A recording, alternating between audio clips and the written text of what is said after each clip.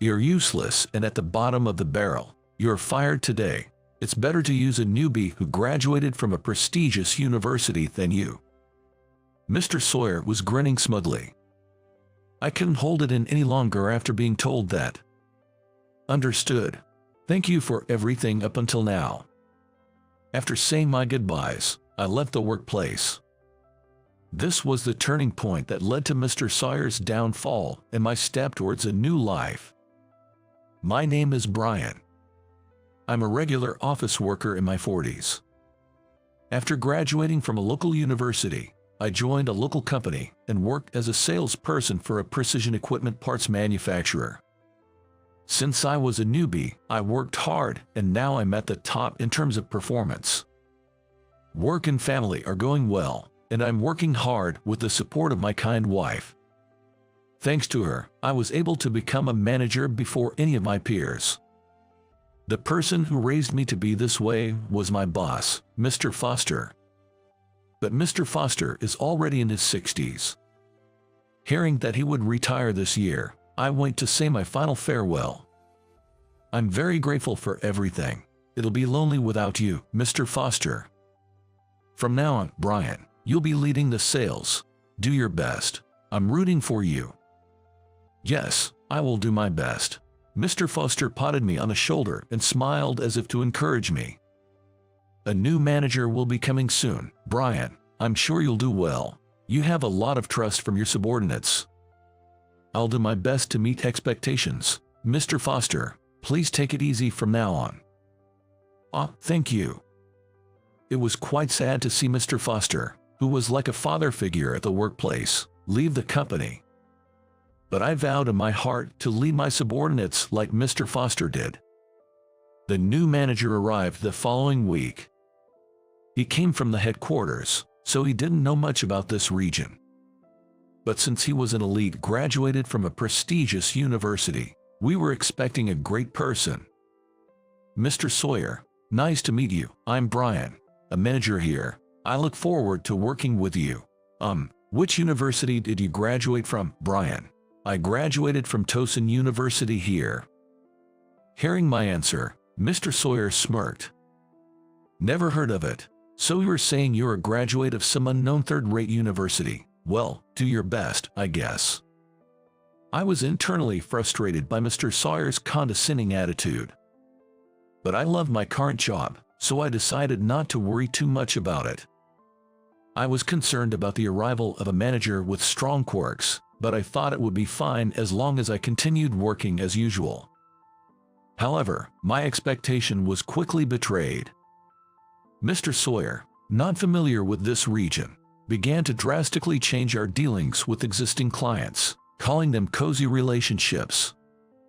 Moreover, sticking to this is how we did it at the headquarters. He assigned us ridiculous tasks with his unique theories.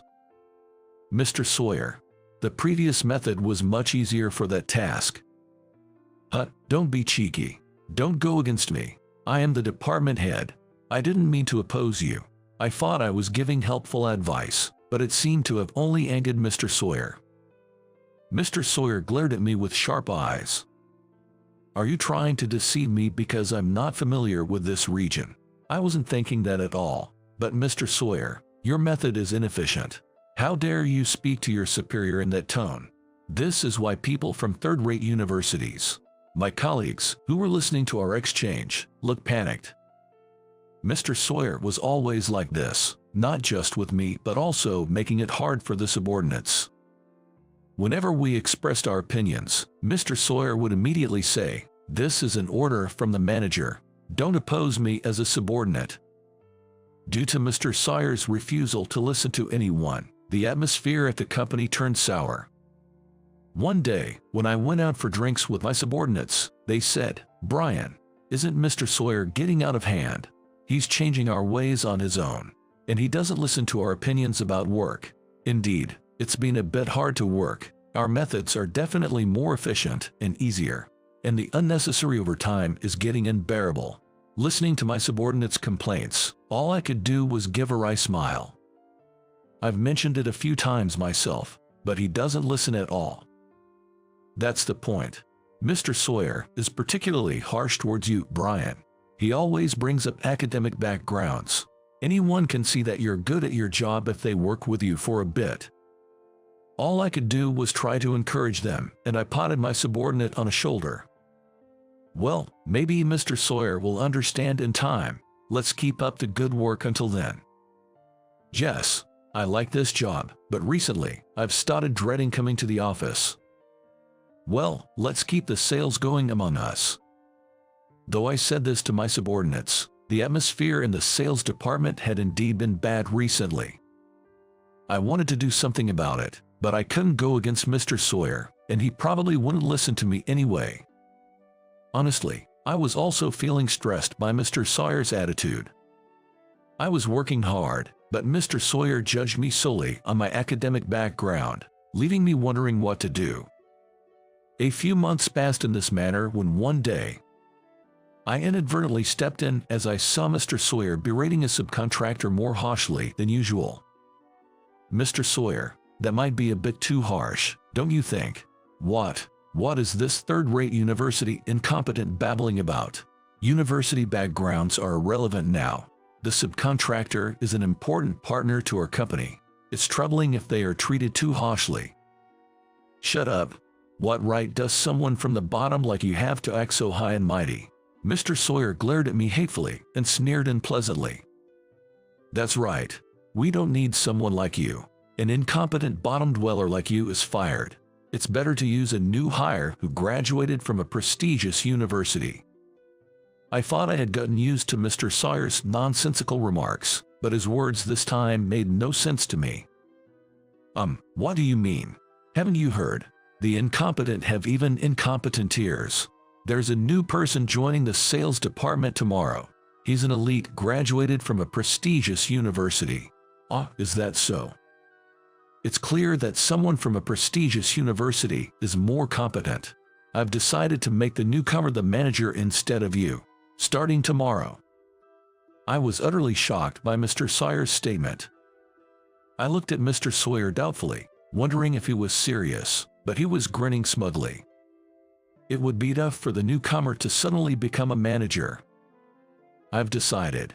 I'll speak to the HR department as the department head. By tomorrow, you'll probably be fired. It'll be refreshing to be rid of an incompetent, bottom-dweller employee. I couldn't take it anymore after being told that. Understood. Thank you for everything up until now. After saying my goodbyes, I left the workplace.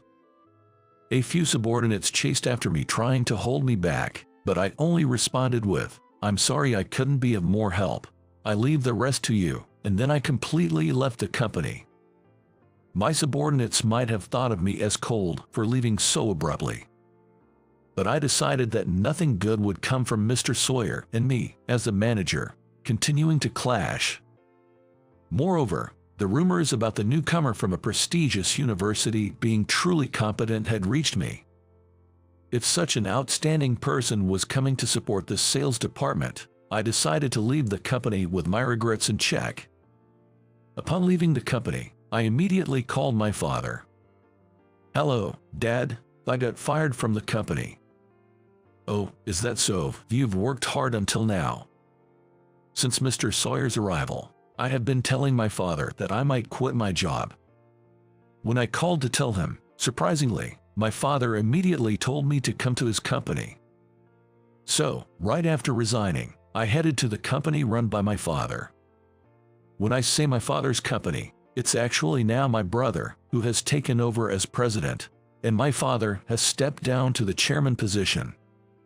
Initially, after my graduation, I was suggested to work in sales at my father's company, but wanting to experience the rough waves of society first, I chose to work at a local company for some social experience. My father, who had listened to my whims, offered to re-employ me at his company. In fact, I had been approached a little while ago about joining my father's company. Though I had always talked about work with enthusiasm, my expression had darkened and I had become reticent in the past few months, which my father had completely seen through. "Hey, something must have changed at your workplace recently." "How did you know?" "I can tell just by looking at you. You used to go to your job as if you were kicking up the company, but now you don't talk about it at all. Was it that obvious? Actually, the new manager who arrived is an unbelievable person. While glossing over the specifics of the work, I shared what Mr. Sawyer had said, and my father was even angrier than I was. You should quit a company like that anytime. Our company always has a place for you. It's not that simple. I have subordinates who look up to me, but I appreciate the offer. Could you give me some time to think about it? Having had that conversation before, it's probably why my father immediately said he would re-employ me. In the end, the same day I left the company, I went to my family's company and was immediately placed in sales. Just as my father had said. My brother offered me a managerial position, but I felt it was too much to ask for. I'm a newcomer to this company, so I'll join as a regular employee. In fact, my father's company is a major precision equipment manufacturer. That is, it was a major client of the company where I used to work. As a salesperson who used to work for a parts factory that was a supplier, I vowed to work for my father's company, making the most of my knowledge. I thought about how I could repay my father and brother for everything they had done for me. The next day, I immediately went on a round of greetings to suppliers and clients with my new boss, Ryan. Among them was, of course, the company I had worked for until the day before. Knowing the situation, Ryan offered to skip it, considering my feelings. But I insisted it was fine and headed straight to my former company. As expected, my subordinates were quite surprised to see me as a new chaotic person from the client side. A subordinate who was close to me misunderstood and tearfully said, "Brian, you've come back, that's great." However, all I could respond was, "Sorry, but from today, I'm an employee of the client company." The subordinate was disappointed, hoping I would come back, but then Mr. Sawyer appeared. Mr. Sawyer, with his usual unpleasant look, glanced at me, and without even checking the name of the company I had re-employed at, he disparaged. "A bottom feeder like you could only get a job at some low-level company. Really, what kind of person is he?" As I was pondering this, a man approached. "Mr. Sawyer, such disrespect towards a client is questionable." It's fine. This guy is, you know, James. I told you about the incompetent bottom feeder I fired yesterday."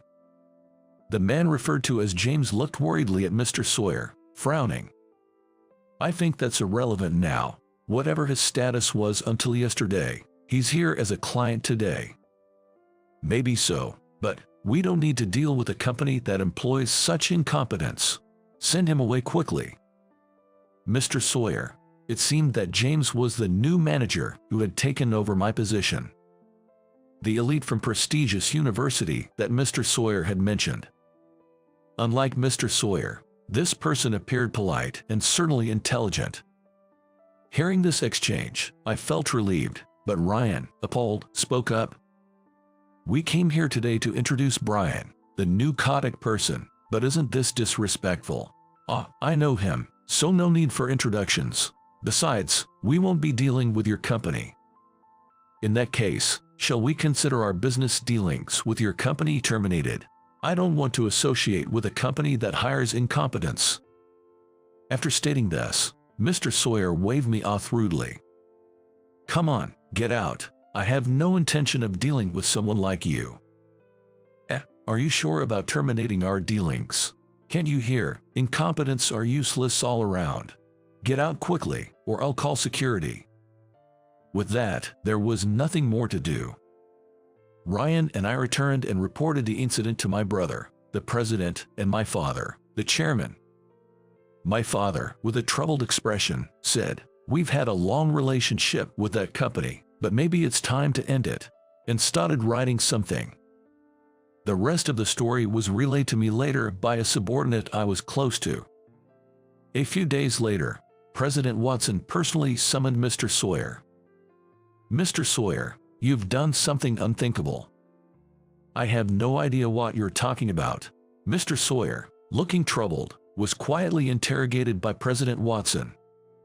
You turned away a neurotic person who came to greet us the other day, didn't you? Oh yes, that guy. But there's no need to worry about it. That person had just left the company and was truly incompetent at his job. I didn't ask for that. Turning away a neurotic person is not the way to treat a client. But it's fine not to deal with a company that employs such a person. Mr. Sawyer retorted nonchalantly to President Watson. However, President Watson, with a stern expression, presented a letter. Did you check which company Brian came from? He's from our largest client, a major precision equipment manufacturer. Upon hearing this, Mr. Sawyer turned pale and began to tremble. No, that can't be. Brian is competent. He got rehired by such a renowned company. That can't be. That's not possible. Mr. Sawyer, trembling, started reading the letter President Watson was holding. And as he understood the content, his face turned pale and he began to shake. The letter stated that there would be a permanent halt in dealings with the major client. And Mr. Sawyer was the reason for it. Why? I didn't do anything. Read it carefully. It's written that you turned away Brian and unilaterally declared a halt in dealings from your side. What? Of course, my father was the one who sent that document, and I was the one who provided the information. Deals with my father's company accounted for 30% of my former company's total dealings. Therefore, not being able to deal with us would be a significant loss. Based on this, I had James conduct interviews with the subordinates. It seems you've been giving unreasonable orders and verbal abuse for some time. No, I never. Maybe I got a bit too passionate in my guidance and went too far. I've heard that it was because of this that Brian was forced to leave. Mr. Sawyer, glared at by President Watson, began to desperately make excuses while his mouth trembled. That's not true. That incompetent Brian is trying to set me up. It's not just Brian. Other subordinates have also reported verbal abuse and terrible behavior from you. Presented with evidence by President Watson, Mr. Sawyer collapsed to his knees. Watching Mr. Sawyer, President Watson declared calmly, Mr. Sawyer, as of today, you will relinquish your position as department head.